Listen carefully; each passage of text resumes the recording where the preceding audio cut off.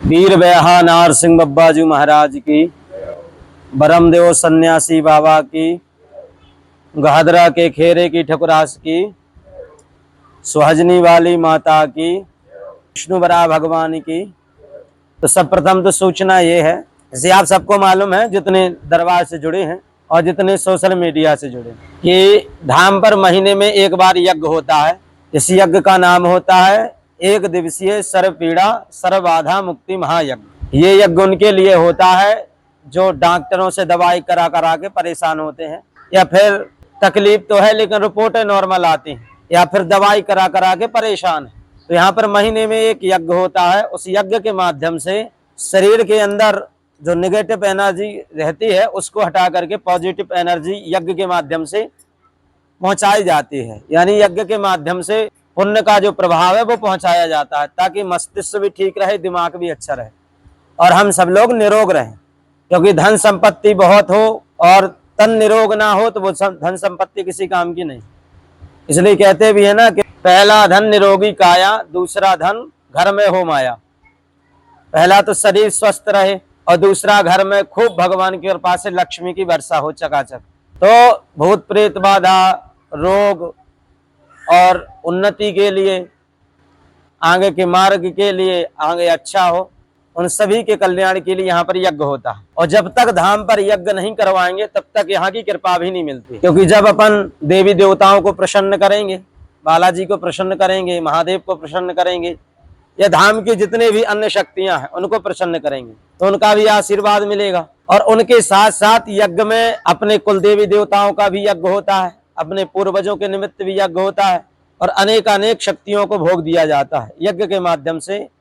तो समस्त देवी देवता कृपा करते हैं और उनकी कृपा से ही हम लोग स्वस्थ रह सकते हैं। तो जरूरी नहीं कि जितनी पेशियां कर रहे हैं उनको ही यज्ञ कराना है। जिनको भी अपने शरीर को स्वस्थ चाहिए, निरोग चाहिए, वो लोग यज्ञ करवा सकते हैं। घर में कोई बाधा है या बने बनाए काम बिगड़ रहे हैं, उसके कल्याण के लिए भी हम लोग यज्ञ कर सकते हैं। और जिन जिन के यज्ञ होते हैं उन पर कृपा होती है और कार्य होते हैं। यहाँ मुख्य है यज्ञ। दरबार में अर्जी लग गई, पर्चा बन गया, स्वीकार हो गई या कृपा हो गई, परंतु जो उसके अंदर लिखा है उन सारी चीजों को करवाना सामने वाले का कर्तव्य होता है। जब सामने वाली चीजें करवाएगा तब जाकर के धाम की कृपा मिलेगी। तो जो पर्चा के अंदर है वो सारी चीजें करवानी पड़ती है।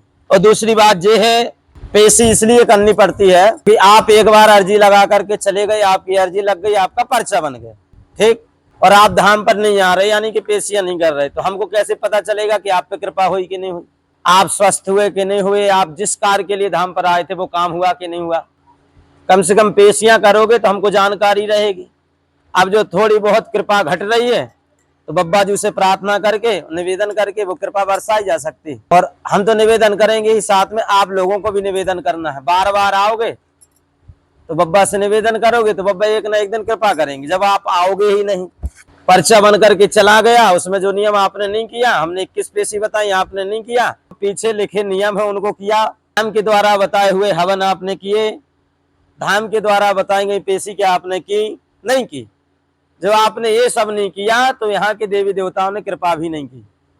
इसलिए जब भी आपका पर्चा बने तो पीछे के नियम आप सारे पढ़ लिया करो कि धाम के क्या क्या नियम है, तो आपको समझ में आएगा। ठीक है, तो ये सूचना उनके लिए है जो धाम पर यज्ञ करवाना चाहते हैं और जिनको डेट दी गई है, जितने धाम पर पेशी कर रहे, जितने नियम कर रहे, कि 16 जून दिन मंगलवार 2026 को यहाँ पर सायं 7 बजे से एक दिवसीय सर्व पीड़ा सर्व बाधा मुक्ति महायज्ञ प्रारंभ होगा। और उस दिन मंगलवार भी है, 16 जून 2026 को। तो मंगलवार को दिव्य दरबार भी रहेगा 2 से 5 बजे तक के लिए। जिन जिन को यज्ञ करवाना है तथा जिन जिन की सेवाएं जमा है, जो जो इस यज्ञ में बैठना चाहते हैं अपनी रोग निवारण के लिए, वो लोग बैठ सकते हैं। और धाम की अधिक जानकारी के लिए संपर्क कर सकते हैं 93 27 76 81 60।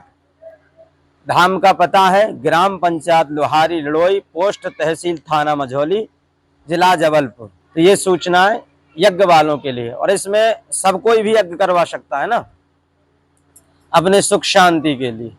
ठीक है, बोलो बालाजी महाराज की।